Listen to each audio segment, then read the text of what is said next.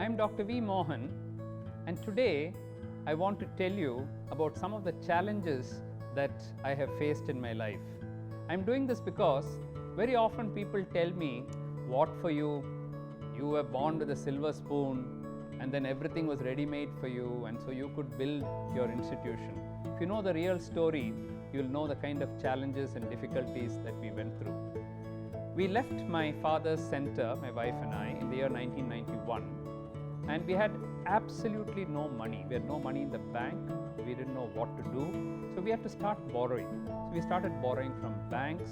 We took loans. We borrowed from friends. She had a loan, I had a loan, then we had a combined loan. It was loan after loan after loan. And just when all these loans had started to pile up and the time was coming to repay it, we got the shock of our life. Rema was diagnosed with breast cancer. It could not have come at a worse time.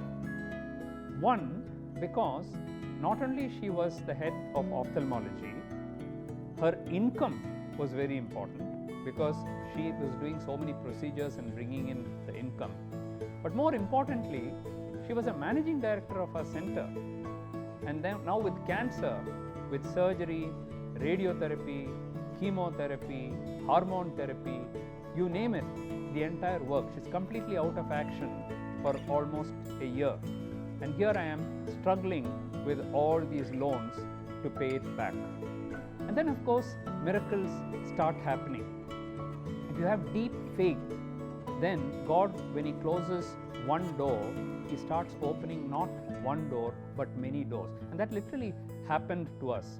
People came along, and one man just wrote out a big check for me, which helped us to start our hospital. We had already looked for the land, and we were wondering how to get the money to put up the building. And then one man just wrote out a huge amount of money as a check. And if he had not helped us at that time, we would never have made it. Like this, miracle after miracle started happening. So while God actually gives you a lot of difficulties, He also gives you the strength to overcome these difficulties. And therefore, to cut a long story short, within a year, Rema was back to work, almost like with a vengeance. She started working doubly hard, and in fact, the entire growth of our organizations started after that. There's one more thing that I want to tell you. If you think that 1 year she was simply lying in bed and undergoing all her treatment, think again. That's the time she used to write her PhD thesis. And believe me when I tell you that she was the first ophthalmologist in India to get her PhD.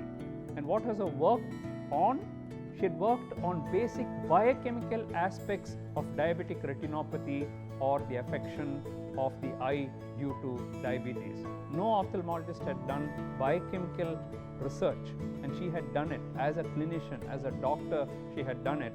And while she was undergoing all that chemotherapy and radiotherapy, here she was writing her PhD thesis.